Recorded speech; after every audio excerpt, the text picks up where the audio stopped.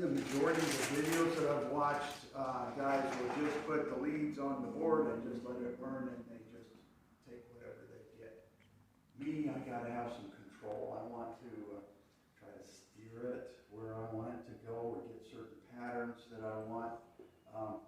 So I've been monkeying with this, and I figured some things out, and I just want to share what I have figured out.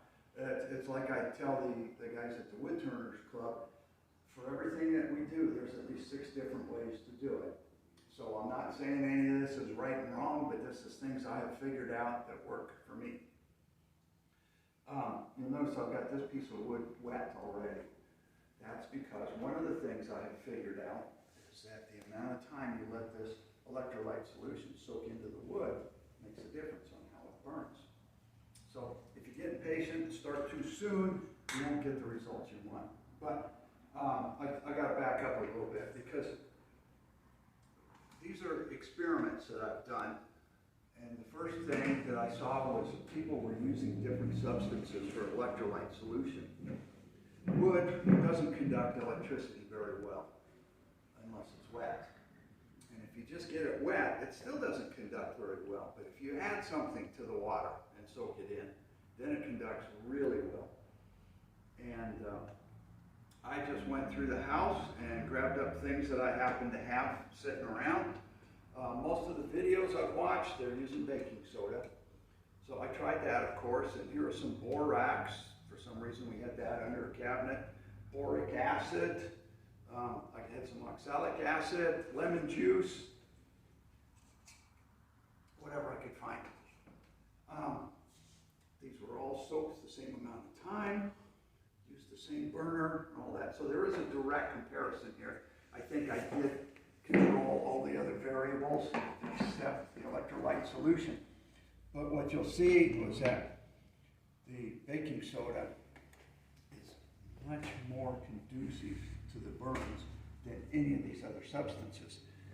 But also, this plywood has 2 different plies on it. It's got this white side, one species of wood, red side, different species of wood, different burn patterns. So that's another variable now, is the wood type. So on here, I repeated the studies or tests with the different electrolyte solutions on different species of wood. So there's pine, and that's oak, and this is cherry. And if you know much about woods, these are radically different kinds of woods, real different properties to them. Universally, we still come back to baking soda. It gives the most detailed pattern, most easily controlled.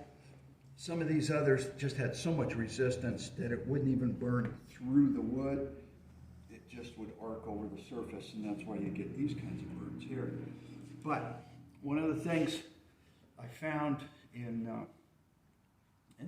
testing the different species of wood was that the current seems to conduct better with the grain rather than a cross grain.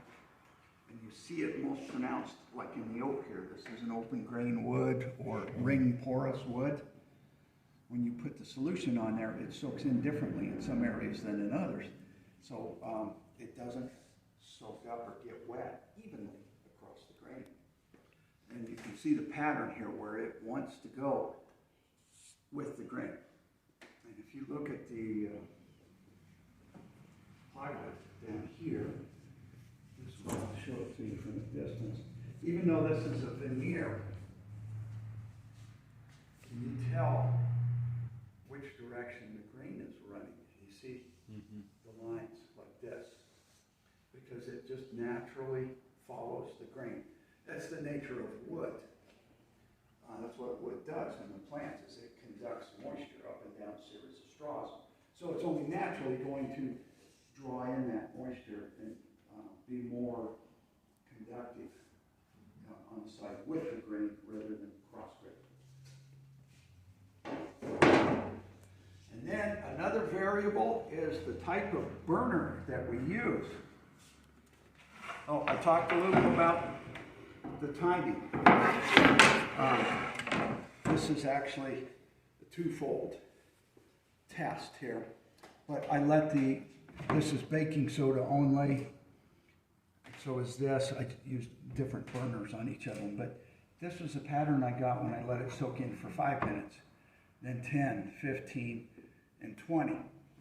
I don't see the progression on this one as much as I do on this one. This is the kind of patterns that I want. I'm not saying these are wrong or bad or anything, but I did see that the amount of time you allow this to soak in made a difference on the burn patterns that you get.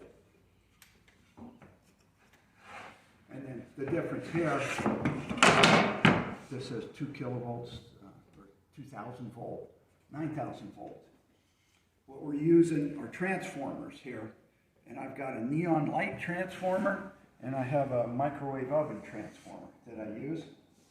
The neon light transformer actually is the 9,000 volt, but it's 35 milliamps, so not a lot of current there. A lot of volts, not much current.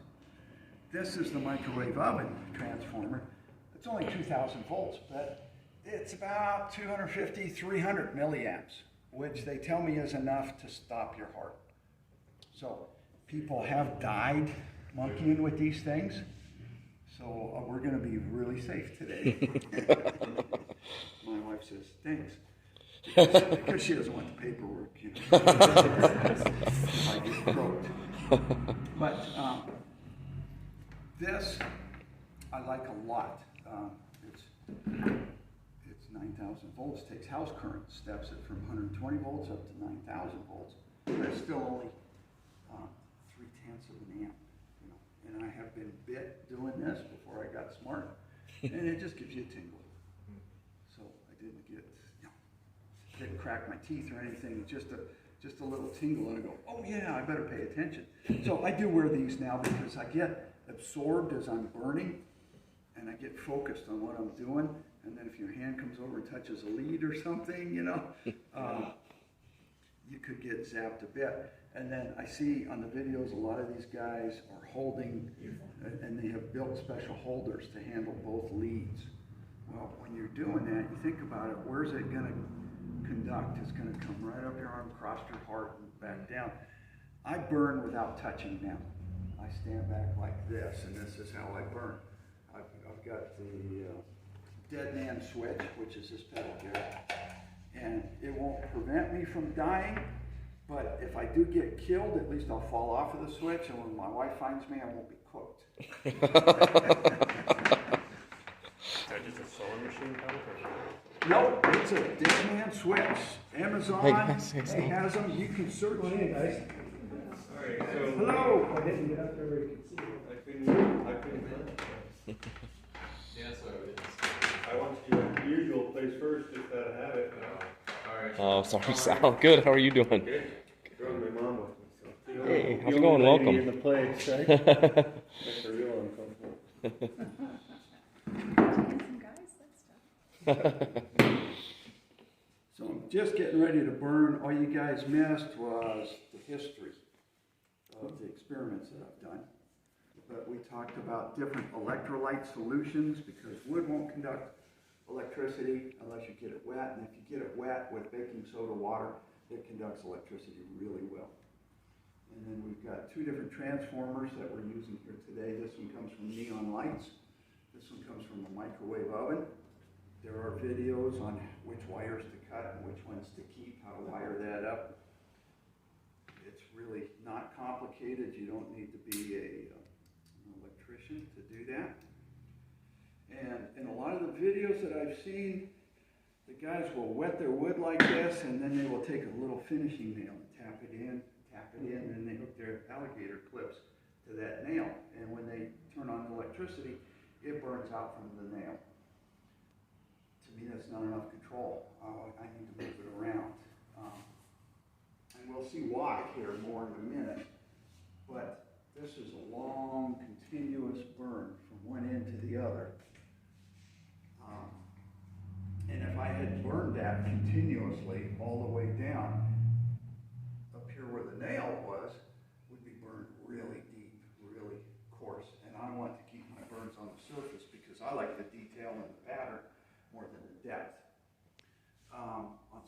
some things that I've seen guys doing, they're putting these burns on like the big wooden spools, making patio furniture or something. And when you use the microwave oven transformer, it burns deep. It'll burn a quarter of an inch deep. But that's not what I'm after. So what I have to do is move the leads more frequently. So as the burn starts to progress across here, if I had my lead sitting here and it was burning out here in a fan shape, you tend to watch that flaming front. That's the fascinating part. But as it's progressing across here, you got to remember it's been burning the whole time back here, and that gets really deep. So by moving the lead, I can keep my burns shallow. Because I don't need that depth. I need to get a couple of clamps here. I knew there'd be something.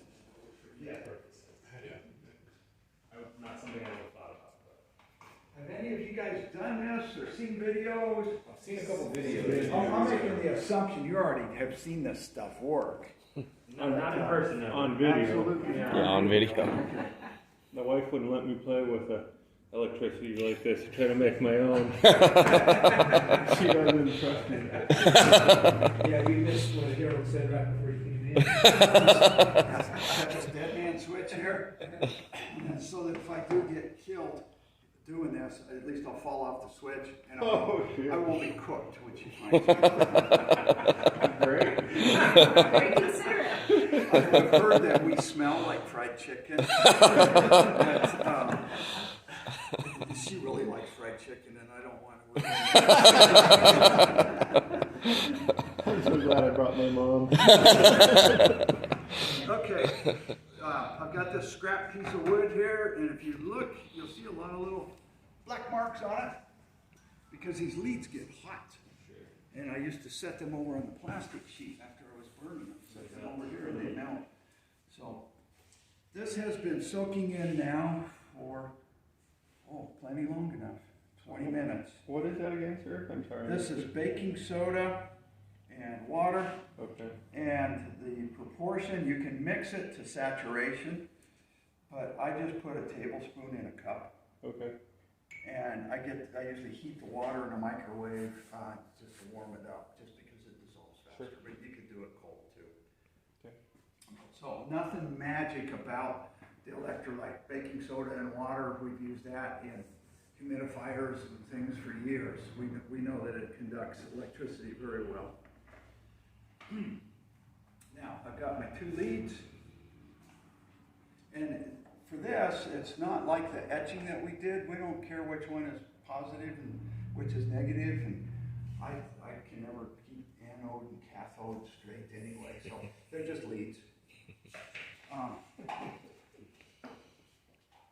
And one of the things I want to show you today is one of the methods I use to control where this goes. We've got all this wet now, and it's soaked in. It looks like it's soaked in pretty good.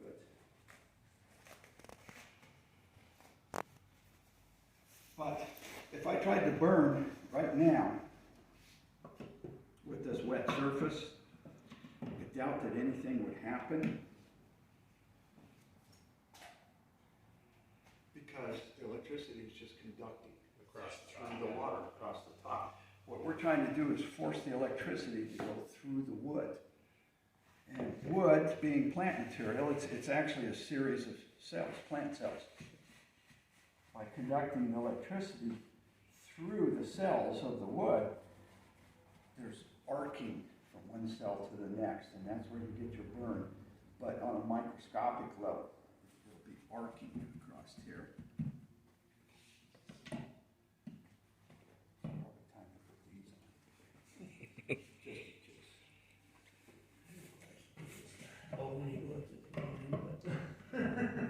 Okay.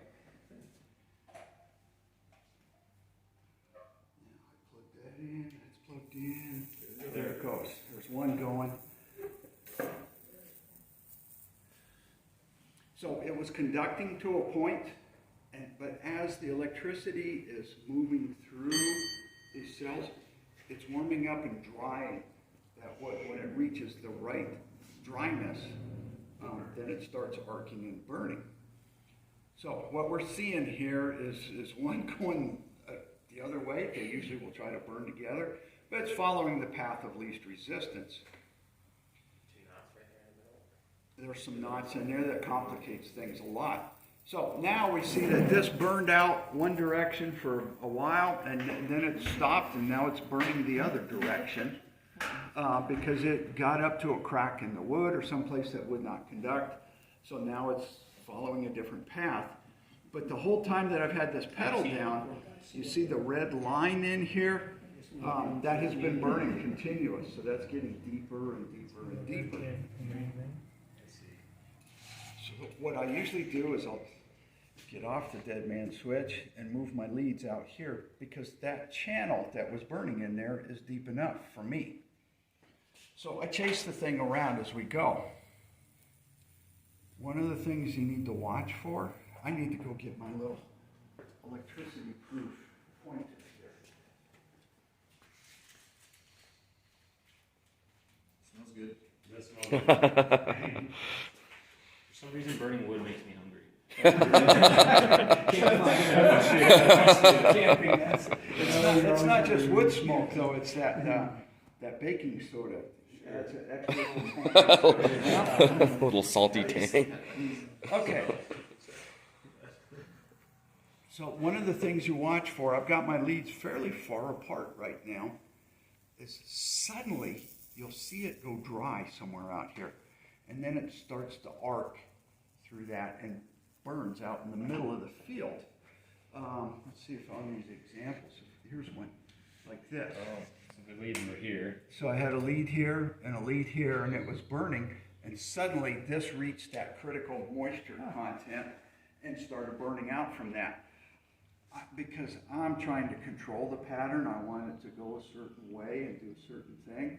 I don't like that, but it's really good to have this pedal here. Then as soon as it starts doing something that I don't like, I can stop. And then do you just get it wet to prevent it from, okay. Yep. Now, if you look around this burn here, you'll see the wood is very dry here. You can see a dry edge on that, and it's dried this out. But this will still conduct. Apparently, carbon is a conductor.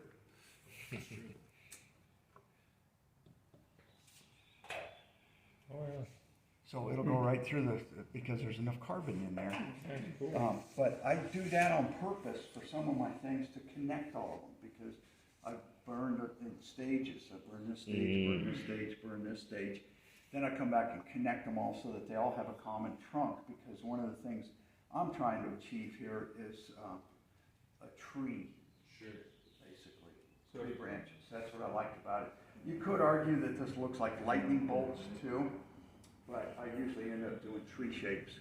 And the tree has to have a continuous trunk. Yeah, lightning hitting a tree. So if you didn't have your dead man pedal right now and those touched, it would have been a spark, right? Yeah, now this is not bad here. Yeah. Okay. But you've probably seen that in science shows and stuff. They used to, there's a name for it. They had two rods that came up in a V and it would come up here and then break. Right. Start Get over. wider and wider. Yeah, yeah. That's not bad. Okay, so this was neon light transformer. Okay? Now we're going to switch over to the microwave oven transformer. Yeah, now I'm using copper, but you could just use iron. Okay. That works fine. I'm going to unplug, replug here. Because what I found in my experiments, Does this one not this have a switch sucker or is plug? pretty exciting. This is and hard to control. Oh, good. So it's fun to watch, fun to do, dangerous as hell. But it wasn't giving me the picture that I wanted. I should have probably plugged it in last. Have you seen any, does it affect how sharp the nails are and such? No. In fact, I just cleaned these off. They were getting really full of carbon and stuff. Didn't make any difference. It's just, I think it's just going to burn out wherever your leads are anyway. But sharp point or a dull point.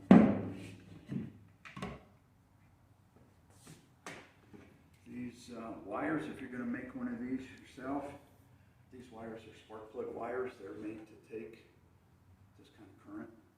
Okay. Spark plug wires can take up to 10,000 volts. Because if you did this with 14 gauge stranded or something, it would melt. They would. Well, it just would quit working. There might be a bit of a fireworks show first, but they just quit working. Okay.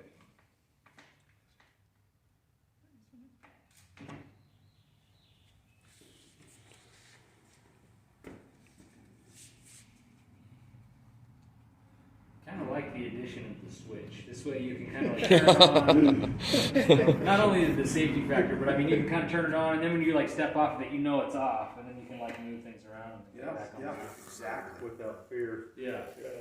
So it starts burning immediately.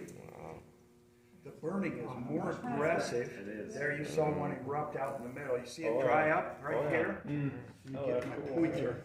Yeah. You see the dry path here? So it's time to re-wet all of this. Help cool that down a bit, make that more conductive. But I want to start the next phase here. So I'm going to start that soaking. I see what he's Because that's another control, is what parts you get wet. There you go. That's how the microwave oven burns.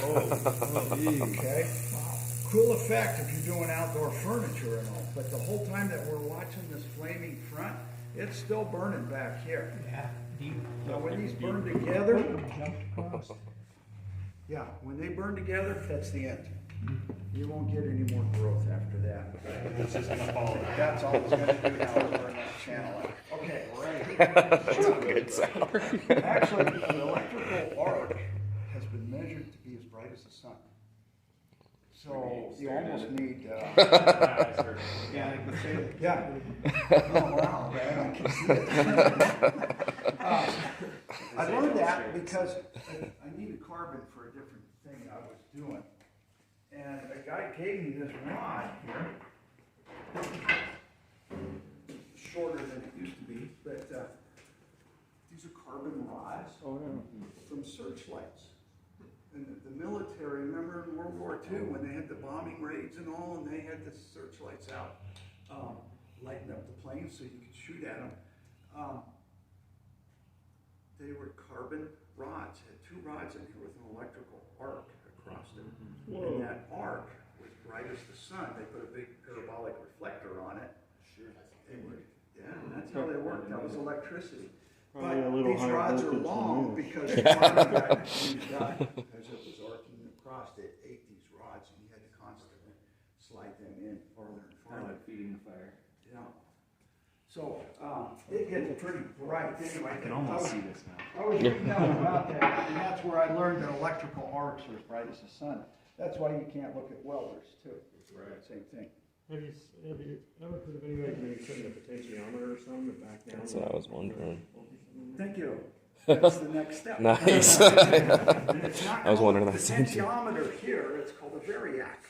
Because what we're gonna vary is the input current into this. See, when I was turning this on, it's either on or off. That's it. I got no control. With this thing, I can control the voltage input into this. And that was a huge That's what they are on welders too. epiphany here, for yeah. me. Right. Yeah, essential control. In fact, Still have welders some pretty much unburned have areas transformers here. in like that's pretty much how they build. So let's see. Build a welder out of my I'm gonna put this into the dead man switch. And then plug my transformer into the outputs here. Turn this electrolyte off here. I love the science that goes into this. Like the kind of the junction where like science and art meet. That's cool. Pretty cool. Then they just, that's really cool. Yeah. My mom wants to know if you're wearing rubber-soled shoes. One Once a mom, right? Okay. Let me put this back on here. Now, when I hit the pedal, nothing's happening. Because I've got to turn down the 5 volt in. As I turn the voltage up. I think it's off right there. Yeah, there you go.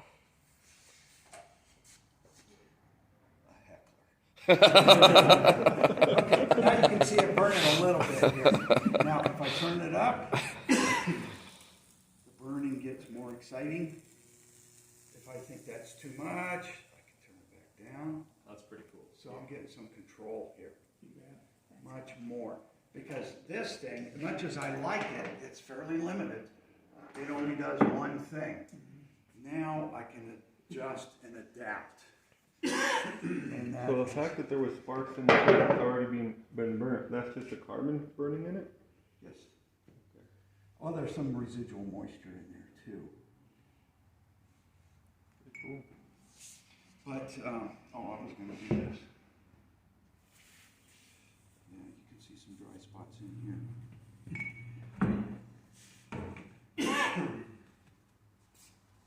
So I'm still blotting the surface because I don't want water standing on the surface. Turn this down. And then I can just slowly bring it up until it starts burning the way that I want it to burn. So this is in between, because we saw with no variac on here, this thing was hard to control. It was kind of fun and exciting, but I don't want to do that to my kitchen table. It was just too much. Right. And then if I was trying to use this thing, I would be here forever and just have this little tiny, would be burnt. This is giving me more what I want. But understand, right now we're working with pine too. If I was on a diffuse forest wood like cherry or poplar or something, I get much better burns. Yeah, this is choke cherry, really good wood. This is buckeye, probably the suckiest wood I've ever worked with. I just hate the stuff. It's rotten, it's full of cracks, it's got punky spots in there, and those will all give you trouble. And then we've got plywoods here that are like birch on one side, mahogany on the other. Have you tried Russian olive? I have not, because Russian olive is similar to oak. It's It's hard, a yeah. ring porous wood or an open grained wood, and I expect it to just follow the Straight line. the grain. Have you tried something really hard, like Osage orange or something like that? I haven't, no. See, that's a little too hot, so I can just turn it down. See that? That's pretty nice. That's pretty nice. Now, I keep setting my pointer down, but you see this channel here? Still burning out. Even though it was burning some here, it was still burning that channel. That's why I like to be able to move these leads, and I don't want to drive nails into my wood. But I can move it around, and then if I want to encourage it to burn more in a certain direction, see, I'm starting to steer it. Yeah. And that's how you're able to get it to go just around the rim, for example. That is done by only wetting the part that I want it to burn.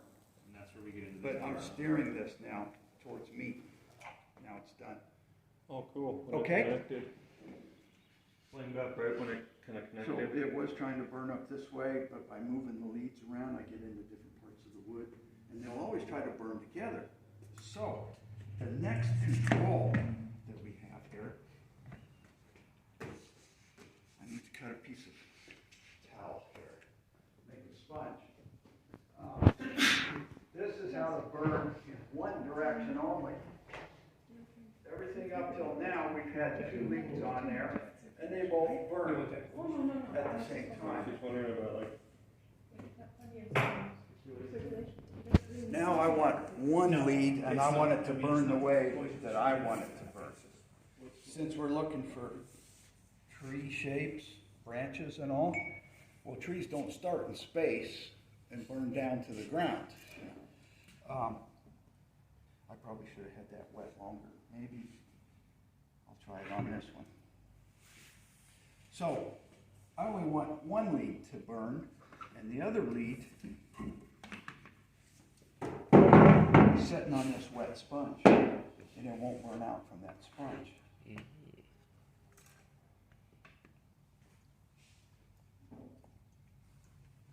So go ahead and soak this up. Dripping wet is fine. Now this lead is sitting on a large wet surface in a pool of water. It'll still burn out from there if you're not careful. But it just takes time to dry it out. So When it hits a certain critical moisture, it'll flame on, yeah. So I'm gonna turn down the heat, turn on the current, see if I can get that one to burn. There it goes. How far it jumped over there. Yeah, it hasn't soaked enough yet. I started this too late. But you see, I'm burning from one lead to the other. Oh, cool. Yeah, there it goes. There it starts. Jump, yeah. So we're gonna blot this out. And I've got a crack in the wood here that's giving me fits too. They just don't make dumpster wood like they used to. So it's gonna follow cracks really well then. That's like this. And the same with the end grain. If I had wetted that to the edge, the electrolyte would have soaked in the end grain, and the current would leak over to there and burn that, and it wouldn't come back out onto the surface that I want. Okay, let's turn that up and see if I can get a good flaming front going. There we go. Wow. But I'm only burning one direction, see? That's cool. Dried out in the middle there. It dried out. So that's why I keep this handy right here. Keep this wet, cool it down. I'm hoping to be able to burn across that and hide it. But I keep moving the lead then.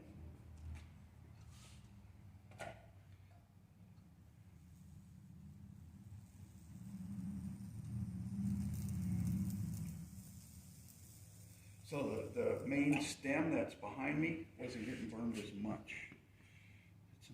It's still getting burned some.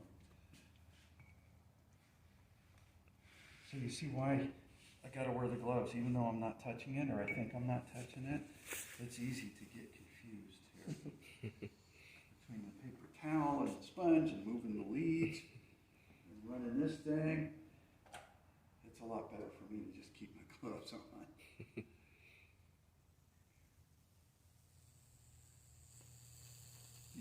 That's a little too hot, so I can turn it down. Now I want to burn more away from the crack here if I can. There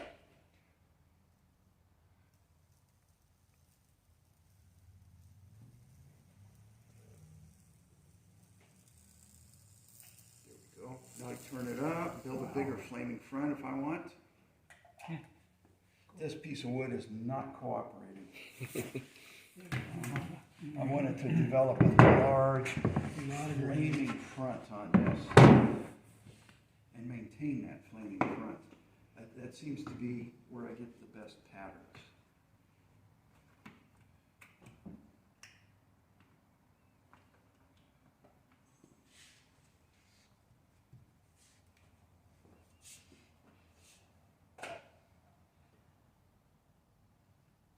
See it sparkling over here. Way out. So that carbon is really conductive, quite conductive there. Now see if I can push that out and get a bigger front. Oh, you just cranked up the voltage? Yeah. Cranked it up. I'm dealing with wood that is inconsistent here.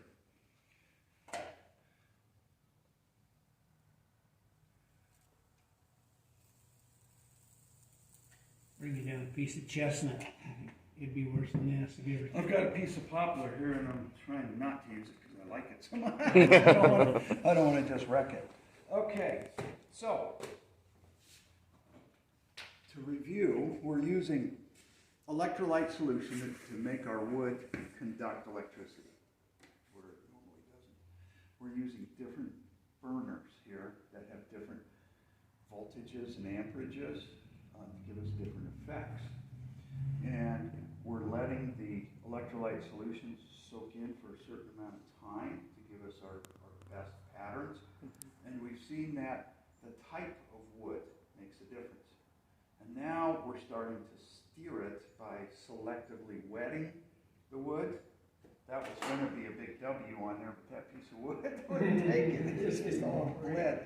But yeah, if I should be able to burn a W across a piece of wood by just getting the W part wet. And then I can burn all that in one direction by putting one of the leads on sponge. And the other will burn to it. Cool. I did one, it's sold, but it was a scenery shot, and the piece of wood that I had a little knot in it that would have been up in the sky. Well, I set a washer over that, put one of the leads on it, sitting in a puddle. And then with the other lead, I burned into that from all sides. So you had all these briars and branches and stuff coming in, and formed a circle around this knot. Then I dyed it red, turned the whole thing into this fiery sunset kind of a picture. And then I took a very fine brush with some India ink, and I burned this elliptical shape in the middle of it, like this. It's the Eye of Sauron. That's the coolest thing ever. That's cool. You have this big landscape with all these thorny brush and stuff, and then off in the horizon out here, way out here, was the Eye of Sauron sitting out there. That's And awesome. one guy looked at it and he says, "Oh, I've got to have that. That's cool." So there's lots of different things you can do. There's a guy on the videos who was doing this kind of stuff. He does a lot of coloring, and he uses water-based aniline dyes. This is just a practice piece that I did. I was just playing with it here. But I did a whole set of TV trays with this kind of a effect on it. Yeah. What kind of wood is that? I think these are Walmart TV trays. I pick up TV trays at yard sales and stuff all the time, and recondition them and release them into the wild. But I was just playing with the coloring and stuff. This wood, I think, is a type of beech. Okay. I found it to be fantastic for burning. It's fantastic for dyeing. It's great for staining, because it's very consistent wood. Yeah. And if you know about these types of TV trays, they're usually a bunch of smaller boards all laminated together. Well, this burns right across it. You usually don't have any trouble with those glue joints at all. It just ignores those and arcs right over it. If it has some sort of like polish or something on it first, you have to sand that off first, right, before you work on it? I'll strip them down to bare wood. Yeah, okay. And then I do my burning, and that's gonna raise the grain, because you're putting water on wood, gonna raise the grain. I gotta slick that off. And then I'll put a sealer on this, because the last thing that I do is use that pour-on resin and coat the whole thing. And I found if I just put the pour-on resin on, that the end grain sucks it all up, and parts of the burns will suck it up. But if I put a sealer on, I can do it in just one pour. Gotcha. And since this is burned so deep here, these channels, I want you to look at how deep they are. If I just sprayed this with polyurethane or something and tried to use it as a TV tray, this is not gonna come clean very well. Right. But use that pour-on finish, it'll fill all of those. And So make this it all doesn't have the nice pour-on and on it, smooth. right? What's that? This doesn't have the pour-on finish on it? No. Oh, yeah, so these are still great. Right. The TV trays that I did, I used to pour-on finish after I sealed it. Sure. And that pour-on finish will go ahead and self-level, so it'll fill all of these grooves. But I brought this out just to mainly show you the depth of the grooves that it burns in here. Hey, Harold. Do you dye those before or after you burn it? After. And then one of the online viewers was wondering if it makes a difference if you fine sand the surface first, or do you have any idea if you tried it? As far as the electrolyte soaking in, Yeah, or just like what it would turn out like, I think. maybe if you were on a really hard wood, like a maple or something, you might actually burnish that surface, and then that would inhibit the electrolyte soaking in. I usually sand these down to about a 120 grit, which is still fairly coarse, because I want it to soak in. Sure. Plus, I know I'm gonna have to sand again afterwards anyway. And that's the last thing I wanted to show you on here. This will show it here, I hope. Was that the baking soda reacts with some woods and discolors the woods. And you see it more in certain species than others. Aspen is terrible. I don't know why, it has a different chemical makeup or something. But this pine, you'll see, is also discolored. You see all of this right here. So we use oxalic acid. This is wood bleach. And I mix it the same proportions as the electrolyte. I put a tablespoon in a cup of water. Because it's not really about the strength of the solution, it's about the moles. So the moles of oxalic acid will react with whatever this is and bleach it out. But I found that several applications are usually needed because we did soak that electrolyte in for 15-20 minutes and then we burned it, probably drove some of that in deeper. You watch, it's probably not going to work on this one, but usually it starts to bleach right away. And in fact, after you've bleached this 2 or 3 coats, your wood will look bleached. It starts to lighten it up. Whatever species it is, it looks bleached. That's what it's supposed to do. But it's only skin deep, so you can sand that real lightly. And when you put your finish on, you get the wet look, you don't even see it. So the bleach does not detract, but I think it's really important for neutralizing the discoloration you get from the baking soda. Yes. Do you only notice that discoloration with baking soda when you were trying these other ones? So you didn't get any discoloration? I haven't gone that far with them. I just tried them to see if they were going to burn the way I didn't, and they didn't pass that test, so I didn't go any farther. Sure. But what I end up doing with the burns that I do is I'll dry the wood, because I think as the wood dries, the moisture wicks up to the surface and carries that baking soda up to the surface. Then I can slick that off and bleach it. Whereas if I did it while it was wet, that baking soda has already soaked in, those wood fibers are already soaked. It's not If going I to pull put- it as much. It's not going to go in there very much. You see it kind of reacting here with the baking soda. You see the foam coming out? Yeah. But that's just on the surface. A little bit of There, now you're starting to see, it took a few minutes here. But you can see that this gray, smoky haze here is starting to fade. I would probably do 2 or 3 applications here, drying between each one, so that moisture will bring all those chemicals up to the surface where they can be neutralized. One thing I forgot to mention then was that after you've done your burns, I'm going to need help with this. If you could help by just pouring a trickle of water on this wood as I scrub it. Got some of this. Just run it up here so that it runs down across. Sure. Now I'm going to clean the carbon out of these burns so that we can see the detail in them better.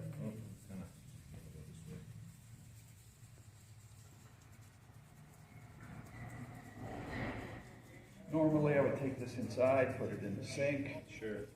and scrub it under running water.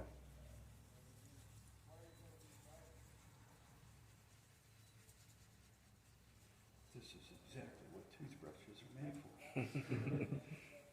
It's for getting the carbon out of your Lichtenberg figures. Yeah. I've heard you can also use them for other things, but. Okay. That's probably good enough, thank you. So there's all the carbon that we took out of this. But now you can see the detail in the burn a lot better. And you see the bleached area right here, where it lightened it up. And you can see how this is lightened up a lot now too. So that's a really important step. Is once you're done, you go back and neutralize any leftover baking soda with the oxalic acid, and you'll get a much cleaner, brighter print. Yeah. Then you get to, when you scrub that out, you get to see the fine details of it. Yes, yes. So after a while, you learn to recognize what it's going to look like based on the way it's burning. You remember on some of these burns that we just did, it was arcing over the surface, and you could hear it buzzing and all that. that's where you get this kind of a burn here. This is where it arced over the surface and it just was scorching, not really getting down in the wood and getting a bite. But this here was the one where we kept leading it and leading it, leading it, and we're getting good detail off of that. Lots of nice branching and all. Now, one of the things that I've done to go a step farther is this picture here. I wanted a progression on these trees. I wanted straight up here, and as you come over the hill this way, I wanted them progressively more and more bonsai-like. But one classic rookie mistake I made here was my grain direction. This is plywood. Grain direction is running vertical. I had a heck of a time getting a bonsai tree over on this side. All I had to do was flip that piece of wood around so that the grain was running this way, and these things would bonsai out just the way I wanted. But they're also very close together. So what I had to do was burn this tree and this one in one step.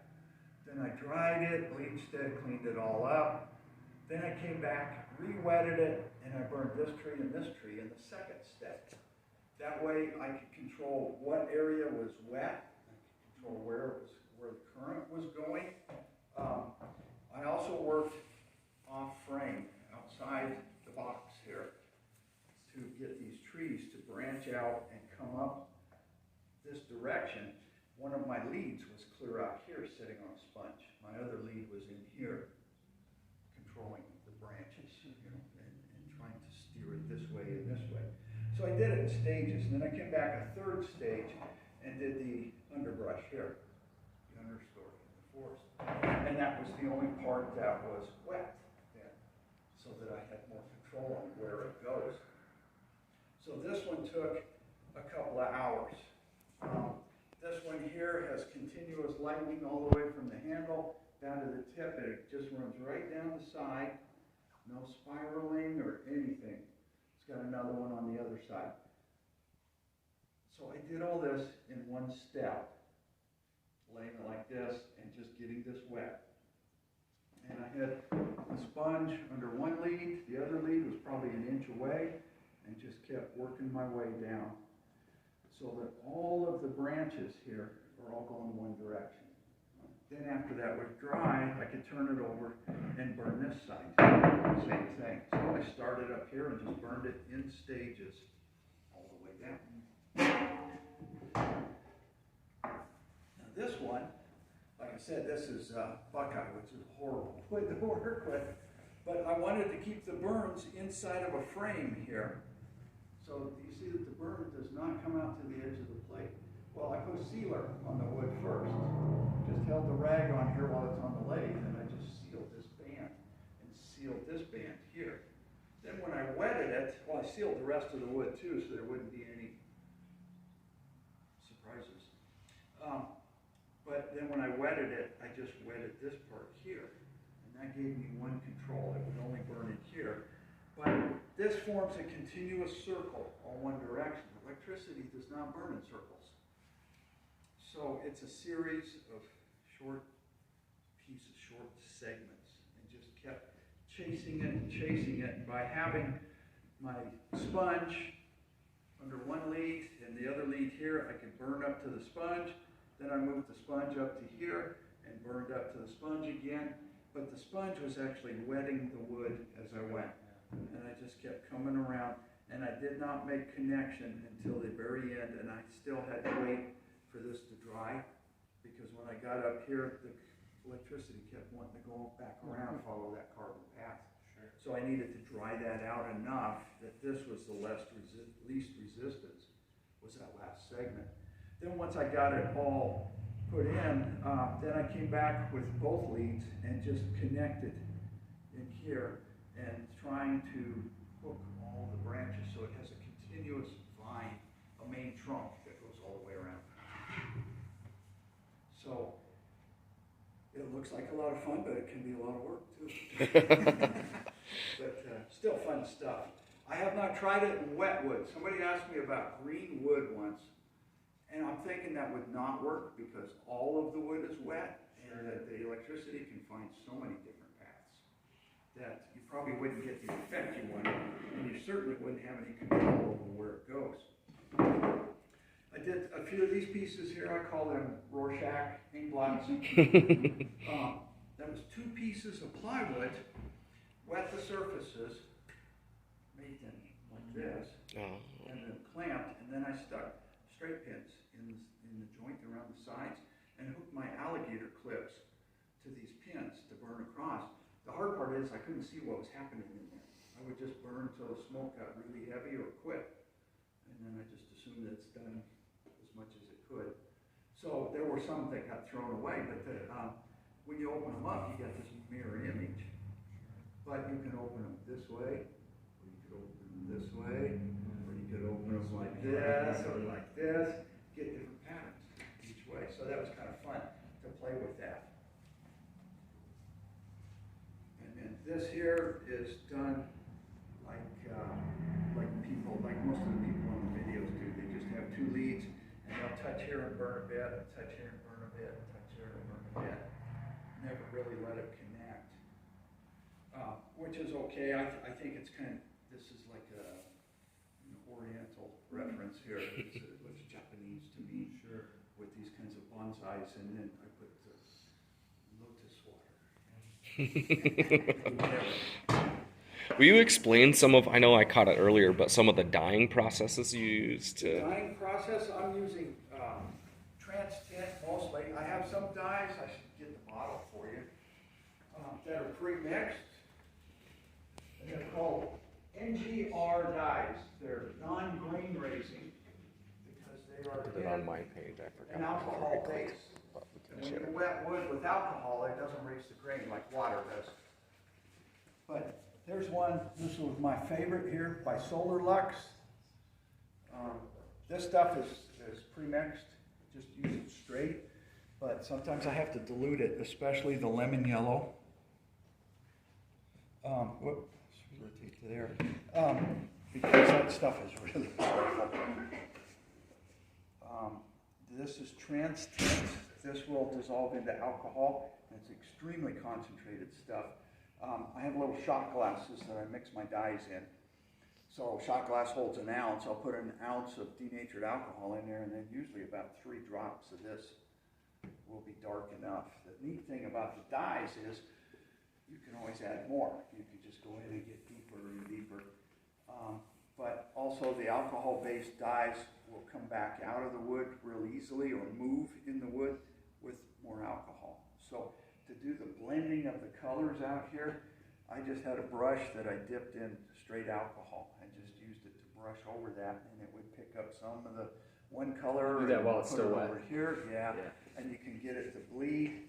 I did one piece that I turned on the lathe. I wanted to create tide lines. You know, when liquid moves through something, it'll pick up colors, and then when it stops, it makes a tide line. And I was trying to make tide lines. Turns out this stuff wouldn't do that. It just made mud. But I still think that technique has some merit because I want to move the color up to a certain point and have it stop. But as it moves, if I can move yellow across red, it's going to pick up and become orange, and then I'll have this orange line. So I don't know. It's something to experiment with anyway. So that was pretty much a straight monologue. Questions? Anybody? Do any of you need a microwave? The guy was in yesterday. He says he's got one he's going to throw away. He wanted to give it to me. I'm going to be looking for I recommend that you get one of these. If you're going to use this, you got to get one of these. Otherwise, you just one of those hillbillies that just burns stuff. Where do you get one of those? Amazon. If you're careful, you can get this for about $85. This is the most expensive. This cost me about $3 because I had to get alligator clips and the spark plug wires. Those were free. The neighbor hasn't said anything yet. So. And then the dead man switch here, I think that's like a $20 item. So I've got $100 in all of this. you sell something like this and you get it back. And that's one of the problems with wood turning is I tend to rationalize my expenses, not in money or in dollars, but in bulb units. So I say, oh, I need this new tool. How many bulbs would I have to sell to pay for this tool? Right. So, you know, if I have to buy something like this, maybe this is only a 2-bulb unit. I can go cut down the neighbor's tree and make a couple bulbs on it, sell those. Great. You know, it's free. Yeah.